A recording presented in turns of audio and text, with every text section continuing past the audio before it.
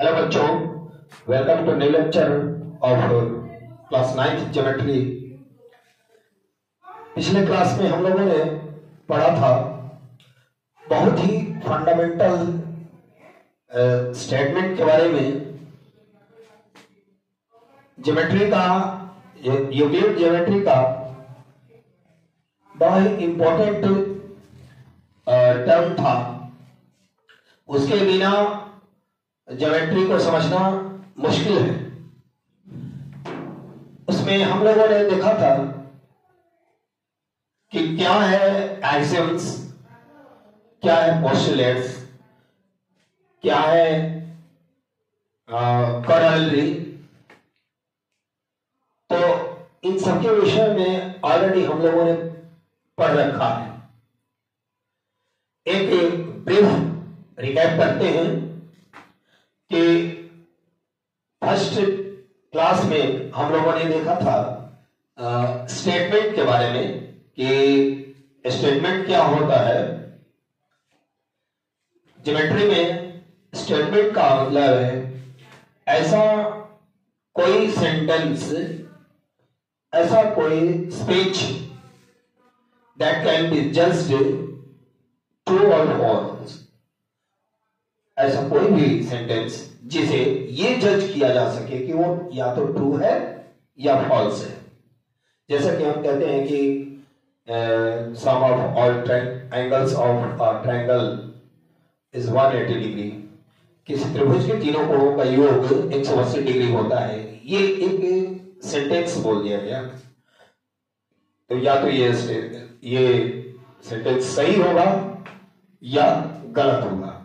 हालांकि ये सेंटेंस बिल्कुल सही है, तो इसलिए इसको जज किया जा सकता है, इसलिए इसे हम स्टेटमेंट कहेंगे। तो स्टेटमेंट का क्राइटेरिया यही है कि उसे ये जज किया जा सके कि वो सेंटेंस या तो ट्रू होगा या फॉल्स होगा। यानी कि स्टेटमेंट ट्रू भी हो सकता है, फॉल्स भी हो सकता है। लेकिन जिसके विषय में ट्रू या फॉल्स जजमेंट नहीं किया जा सके वो एक सिंपल सेंटेंस होगा, स्टेटमेंट नहीं होगा। अब बात आती है कि स्टेटमेंट ज्योमेट्री में या मैथमेटिक्स में स्टेटमेंट किस तरह के होते हैं और उनका क्या रोल है। मैथमेटिक्स में कुछ इंपॉर्टेंट टर्म्स होते हैं हर ब्रांच से रिलेटेड, जिनको कि समझना बहुत जरूरी है। उनका एक अपना खास अर्थ होता है। तो यहां ज्योमेट्री में एक्सियम्स,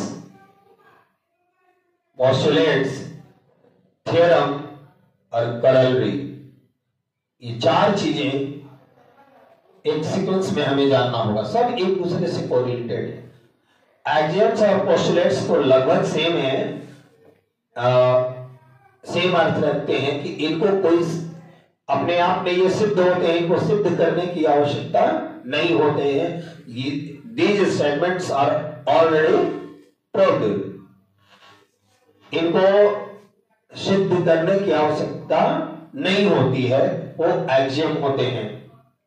और पोस्टुलेट भी वैसे ही होते हैं कि उनको अलग से कोई सिद्ध करने की, उनको प्रूफ करने की आवश्यकता नहीं होती है। बट एक्सियम्स और पोस्टुलेट्स में डिफरेंस क्या है कि एक्सियम्स मैथमेटिक्स के हर सेक्शन में, हर ब्रांच में यूज होता है, जबकि पोस्टुलेट्स केवल ज्योमेट्री में यूज होता है। तो हम लोग स्टार्ट करते हैं यूक्लिड्स एक्सियम्स के से। ये यूक्लिड्स एक्सियम क्या होता है। चलिए, वैसे तो बहुत सारे एक्सियम हैं, लेकिन मेनली हम लोग 7 की चर्चा यहां करेंगे। पहला एक्सियम है things which are equal to the same thing are equal to one another.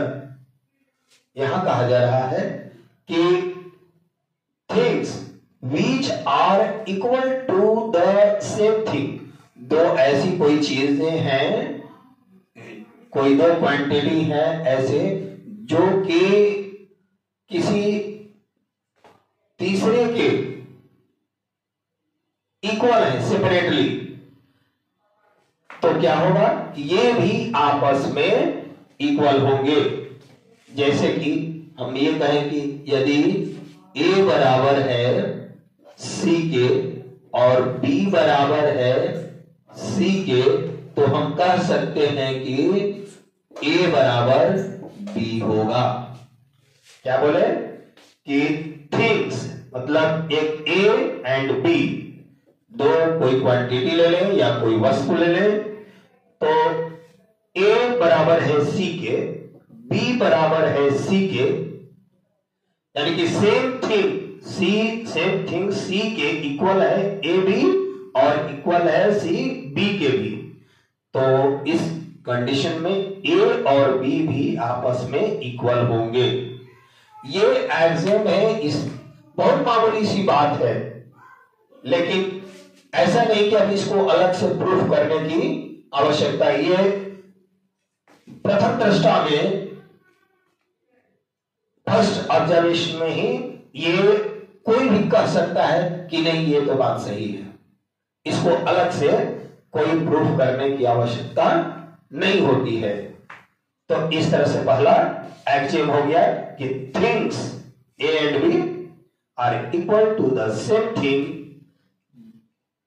Then both are equal to one another. ठीक है, तो दूसरा एक्सियम है if equals are added to the equals the whole are equal.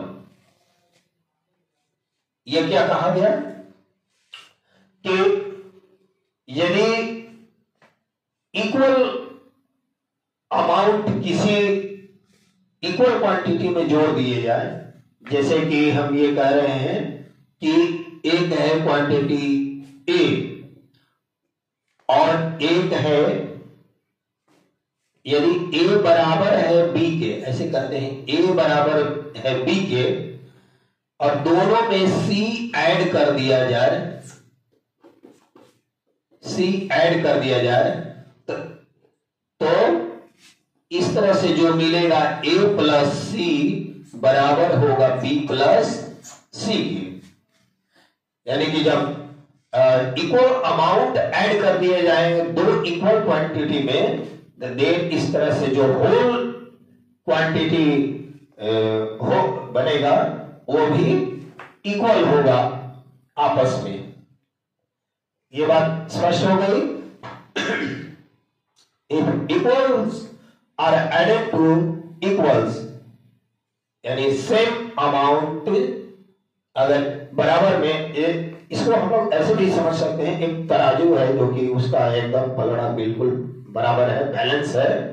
अगर 5 KG इधर भी और 5 KG इधर भी दोनों साइड चढ़ा देते हैं, तो उस कंडीशन में भी वो तराजू जो है वो बैलेंस रहेगा। ये बात क्लियर है। अब तीसरा number, if equals are subtracted from equal then remainders are equal. कहा जा रहा है कि जिस तरह से यहां कोई दो क्वांटिटी था A और B आपस में इक्वल था, उन दोनों में C ऐड कर दिया गया, तो ऐड करने के बावजूद जो रिजल्ट आया A प्लस C और B प्लस C, ये भी आपस में इक्वल होंगे। सेम वही बात यहां है कि यदि सेम अमाउंट अगर सब्ट्रैक्ट कर दिए जाए इक्वल क्वांटिटी में से, तो जो रिजल्ट होगा वो भी आपस में इक्वल होगा। चौथा नंबर है things which coincide with one another are equals to one another. ये क्या कहा गया कि बहुत ही सिंपल बात है कि दो या दो से अधिक वस्तुएं जो एक दूसरे को बिल्कुल सुपरपोज कर दे, बिल्कुल कंसाइड कर दे, तो यानी बिल्कुल ढक ले, पूरा पूरा बराबर बराबर ढक ले। दो वस्तुएं एक दूसरे को पूरी तरह से, ए बी को ढक लिया, बी बी ए को ढक लिया, तो इस तरह से वो दोनों जो होते हैं इक्वल होते हैं। जैसे कि हम लोग देखे हैं कि ब्लेड के पैकेट से, जो ब्लेड के पैकेट होते हैं उनमें जितने भी ब्लेड होते हैं वो बिल्कुल कोइंसाइड होते हैं, एक दूसरे को कोइंसाइड किए रहते हैं, तो सारे ब्लेड हर एंगल से वे इक्वल होते हैं। तो अब है पांचवा number, the whole is greater than the part. ये तो बड़ा ही ऑब्वियस स्टेटमेंट है कि इसको प्रूफ की क्या आवश्यकता पड़ेगी कि कोई एक होल थिंग है, अगर इसमें से कोई पार्ट हम काट कर निकाल देते हैं तो इस तरह से जो पार्ट निकाल दिए तो ये जो रिमेनिंग पार्ट है, चाहे ये छोटा वाला पार्ट हुआ, दोनों अलग अलग बड़े वाले से छोटा ही होगा। यानी कि बड़ा वाला पार्ट जो होल जो है, पूरा ये सर्कल जो है वो हमेशा ही बड़ा होगा, या तो इस शेडेड वाले से या ये रेस्ट जो बचते हैं पार्ट उससे। तो जैसे थोड़ी देर के लिए हम एग्जांपल ले लेते हैं, ये पेन है, पेन है, मार्कर है, ये अपने आप में एक होल यूनिट है, इसको हमने दो पार्ट कर लिया, तो हमेशा जब ये इस तरह था तो वो हमेशा बड़ा होगा किससे, या तो इससे या इससे, दोनों से बारी बारी से ये होल वाला पार्ट बड़ा ही होगा। ये कहता है फिफ्थ एक्शन। अब सिक्स क्या कहता है, things which are double of the same thing are equal to one another। ये भी सिंपल बात है, ऑब्वियस है कि कहा गया कि things which are double of the same, कोई वस्तु अपने खुद का डबल हो जाए तो things which are double of the same are equal to one another। अगर कोई वस्तु है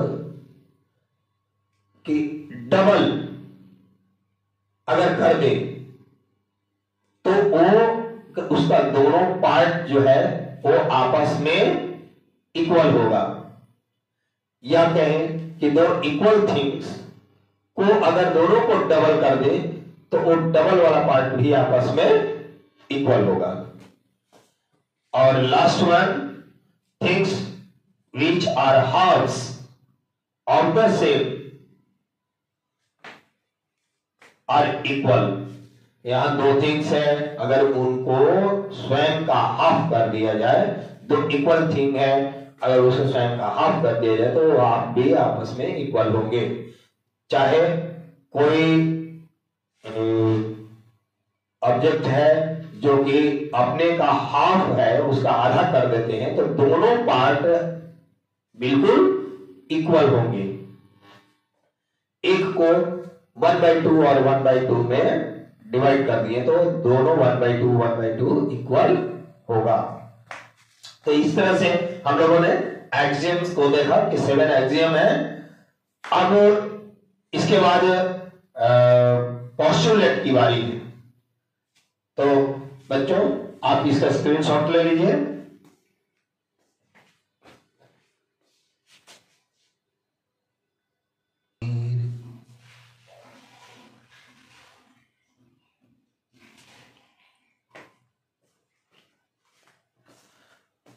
हाँ तो बच्चों, पिछले स्लाइड में हम लोगों ने देखा था कि 7 एग्जाम्स के बारे में, ये पेड के 7 एग्जाम्स के बारे में कि जिनको प्रूफ करने के लिए कोई आवश्यकता नहीं है, प्रूफ की आवश्यकता नहीं होती है, ऐसे स्टेटमेंट।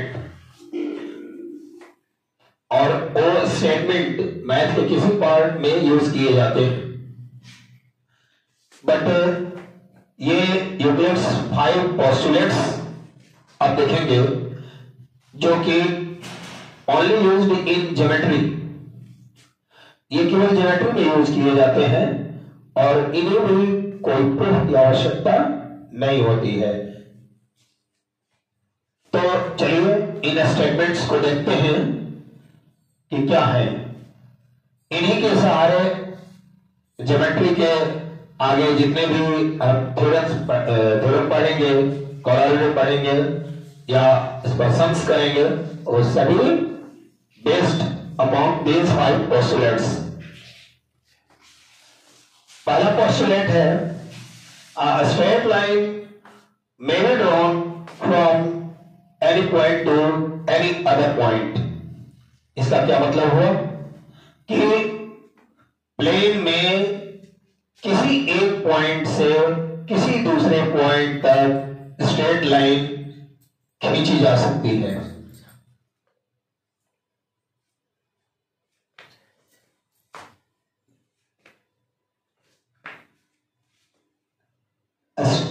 किसी भी प्लेन में एक पॉइंट से किसी दूसरे पॉइंट तक स्ट्रेट लाइन ड्रॉ किया जा सकता है। ये पोस्टुलेट है, इसमें किसी प्रूफ की आवश्यकता नहीं है।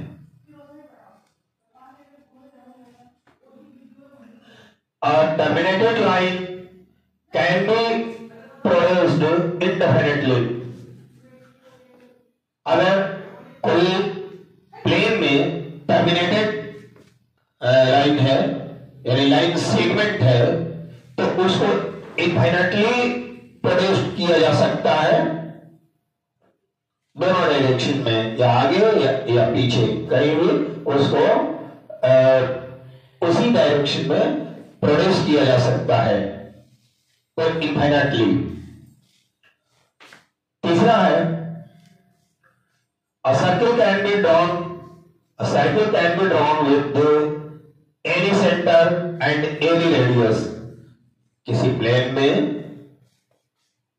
हम लोग किसी भी कोई भी पॉइंट लेकर वहां से किसी रेडियस का एक सर्किल ड्रॉ कर सकते हैं, किया जा सकता है। अब आगे 4th वन है कि all right angles are equal to one another। जितने भी राइट एंगल होते हैं यानी 90 डिग्री के कोण जो होते हैं वो सभी इक्वल होते हैं। ये हमारा 4th पोस्टुलेट हुआ कि जितने भी प्लेन में जितने भी राइट एंगल दिए हुए रहेंगे वो सभी इक्वल होते हैं, इसको किसी प्रूफ की आवश्यकता नहीं है। और 5th एक बड़ा सा स्टेटमेंट दिख रहा है, इसको पढ़ेंगे। If a straight line following on 2 straight lines makes the interior angles on the same side of the same side of it taken together, then two right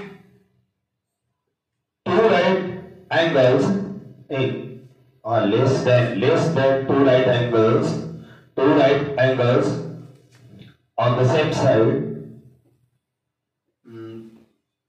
two right angles, then the two straight lines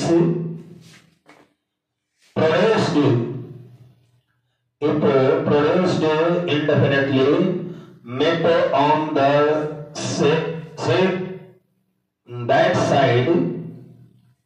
that side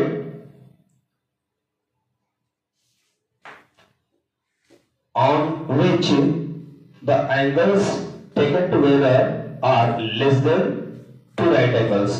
देखिए इसे देखने में तो लंबा statement है, लेकिन इसको मैं आप लोगों को समझाता हूं, बहुत ही आसान है, कोई कठिन चीज नहीं है। ये कहा कि दो स्ट्रेट लाइन किसी तरह का ले लिए, एक स्ट्रेट लाइन ये ले लिए और एक स्ट्रेट लाइन ये ले लिए।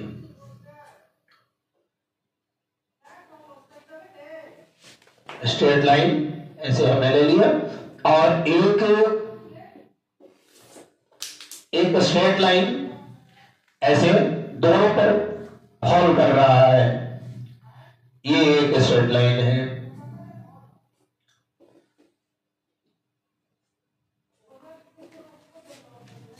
तो ये इस तरह से इंटीरियर एंगल जो बन रहे हैं, एक तो इंटीरियर एंगल इस साइड बन रहा है ये दो, और एक इंटीरियर एंगल ये बन रहा है। कह रहा है यहां पोस्टुलेट में क्या कहा जा रहा है कि एक स्ट्रेट लाइन जो कि दो स्ट्रेट लाइंस पर फॉल कर रहे हैं, इस तरह से हर एक साइड में दोनों इंटीरियर एंगल्स बन रहे हैं, लेकिन ये एक साइड जो है इंटीरियर एंगल जो होते हैं वो टू राइट एंगल से कम होते हैं और एक साइड वो टू राइट एंगल से अधिक हो सकते हैं। तो कह रहा है कि यदि इस लाइन को इंडेफिनेटली अगर बढ़ाया जाए, आगे या पीछे कहीं भी बढ़ाइएगा, तो जिस साइड में ऐसे दो इंटीरियर एंगल हैं जो कि टू राइट एंगल से कम है, उस साइड में ये दोनों स्ट्रेट लाइंस जाकर कट कर देती हैं, मीट होती हैं, एक दूसरे से मिल जाती हैं। यदि इंडेफिनेटली इसको आगे बढ़ाएं तो जैसे कि देख लेते हैं, इसको अगर आगे बढ़ाते हैं सीधा लाइन में तो ऐसे गई, और ये वाली को सीधा लाइन में अगर ऐसे बढ़ाए तो ऐसे गई, यानी कि आकर आगे किसी न किसी पॉइंट पर मीट हो जाती है, एक दूसरे को इंटरसेक्ट कर देती है। तो किस साइड इंटरसेक्ट करेंगी? उस साइड इंटरसेक्ट करेंगी जिस साइड दोनों इंटीरियर एंगल लिए गए हैं, कौन? जो less than two right angle है। ये दोनों लाइंस जब पैरेलल नहीं होंगे तो निश्चित रूप से एक साइड में less than two right angle interior बनेगा और अदर साइड में greater than two right angles बनेगा। तो हमें वो साइड लेना है जिस साइड में कि कम होता है, less than two right angle होता है। अगर उस साइड में लाइंस को इंडेफिनेटली अगर प्रोड्यूस किया जाए तो किसी न किसी पॉइंट पर जाकर दोनों स्ट्रेट लाइन एक दूसरे को मिड हो जाएंगी, एक दूसरे को कट करेंगी, इंटरसेक्ट करेंगी। यही पोस्टुलेट है फिफ्थ। मुझे उम्मीद है आप लोगों को समझ में आ गया होगा कि ये पांचवा पोस्टुलेट क्या है। कि एक बार फिर से रिपीट करते हैं कि कोई दो स्ट्रेट लाइन पर कोई तीसरी स्ट्रेट लाइन फॉल करती है, तो इस तरह से जो दो इंटीरियर एंगल बनते हैं दोनों साइड, इस लाइन के एक इस साइड भी दो बन रहे हैं और इस साइड भी दो बन रहे हैं। तो जिस साइड में less than two right angle बन रहा है इंटीरियर, उस साइड में अगर लाइन को प्रोड्यूस किया जाएगा इंडेफिनेटली तो कहीं ना कहीं एक पॉइंट पर आकर मीट हो जाएंगी। यही 5 पोस्टुलेट है। तो मुझे उम्मीद है आप लोगों को समझ में आ गया होगा ये पांचों पोस्टुलेट। इनके सहारे हम लोग और सभी दूसरे थ्योरम को प्रूव करते हैं और उनसे करोनरी को डिडक्ट करते हैं। तो अब हम लोग आगे पढ़ेंगे थ्योरम के बारे में। आज हमारा ये जो बेसिक यूक्लिड ज्योमेट्री का लेक्चर है वो हम लोगों का पूरा होगा। इसके बाद कुछ फंडामेंटल टर्म्स जो ज्योमेट्री में यूज होते हैं उनको डिस्कस करेंगे और नेक्स्ट क्लास से, जैसे कि पॉइंट है, लाइन है, लाइन सेगमेंट है, रे है, एंगल है, ये सब हम लोग डिस्कस करेंगे नेक्स्ट क्लास में। और हमारे मन में जो भी डाउट रहेगा आप लोग कमेंट करेंगे, अगर फिर भी रह जाता है तो। ये तो जो भी 7 एग्जाम्स थे और 5 पोस्टुलेट्स हैं, इन्हें तो सीधे तौर पर उसी तरह दिमाग में रखना है, इसमें कोई अलग से समझने या प्रूव करने की जरूरत नहीं है। हाँ, एक बात और थोड़ा सा इसमें इसी लगे कर देते हैं रिमाइंड आपको थ्योरम के बारे में। थ्योरम क्या होता है कि अब इन पोस्टुलेट्स की सहायता से जिसको हम जिस स्टेटमेंट को प्रूव करने की आवश्यकता होती है उन्हें थ्योरम बोलते हैं। इन पोस्टुलेट्स के सहारे जिस स्टेटमेंट को प्रूव करते हैं, यानी जिन्हें प्रूव की आवश्यकता है, चाहे जिन्हें प्रूव किया जा सकता है, वे स्टेटमेंट थ्योरम कहलाते हैं। अब बात होती है कॉरोलरी क्या है।